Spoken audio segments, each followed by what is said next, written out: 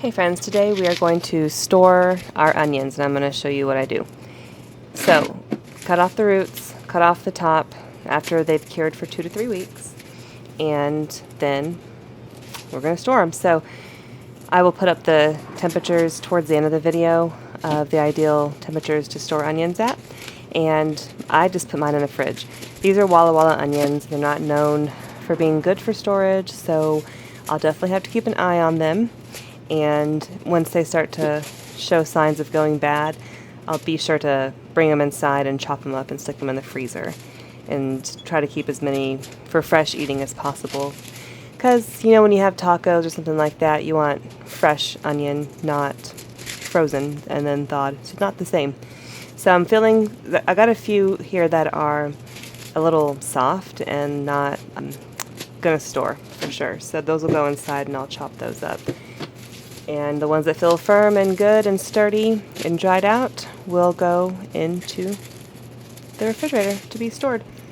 And the onions I had last year stored the entire 11 months basically in the fridge, and most were fine. I either used them or chopped them up if some of them weren't fine, but I had quite a few still good for 11 months. So hopefully we have the same luck with these Walla Wallas. I'm guessing we might not though, just because they're not storage onions, and I think the higher the sugar content of the onion, the shorter the storage life, I believe is correct. I think I've heard that before.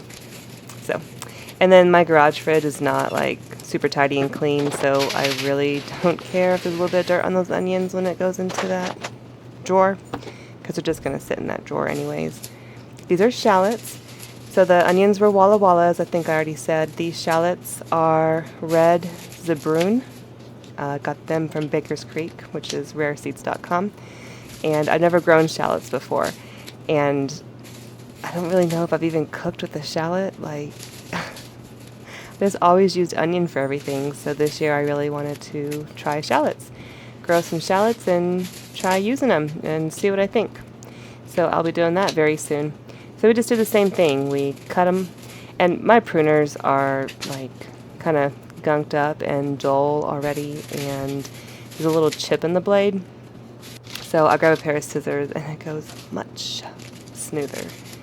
Don't have to even struggle cutting anything with the scissors.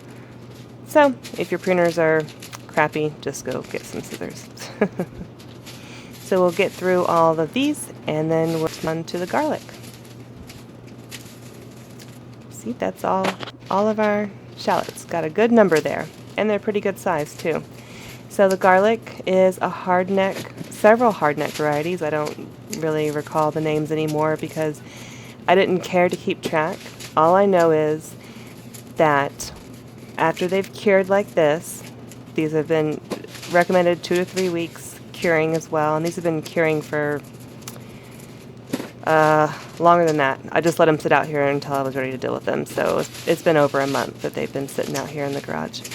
And you do the same thing, cut the top, cut the roots, wipe some of the dirt off. You can take off the outer layer of paper if it just wants to slide right off. Then you can do that and takes the dirt with it. But back to what I was saying. So I didn't care what variety was what. Doesn't matter because it's all going to be like used the same, either all minced up and frozen for cooking, ease of cooking, or it's going to be turned into garlic powder. I know they're all good, strong, and potent, so I'm fine with that. And what matters is once I have them all cut, I'm going to separate the big ones and plant the big ones. So I don't care what variety is what. If it's a big one, it's getting planted. If it's not, it's getting used in the kitchen. And that's all that I need to know. That's all there is to it. So I don't have variety names for you, but that's because in my world, it doesn't matter.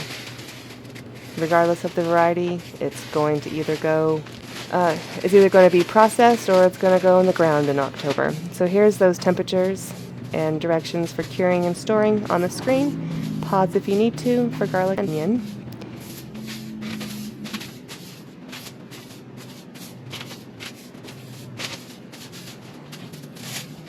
And here's what we got. Enough onions, shallots, and garlic to last us a year. Pretty sure.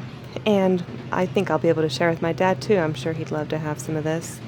So the garlic will be stored at room temperature for me just because I only need it to stay good until October. In October, I'll either plant it out or I'll process it for kitchen use, and I won't keep any whole cloves around. The hardneck varieties do not store as long as the softneck varieties, so I don't plan on trying to make it last by sticking it in the fridge as well.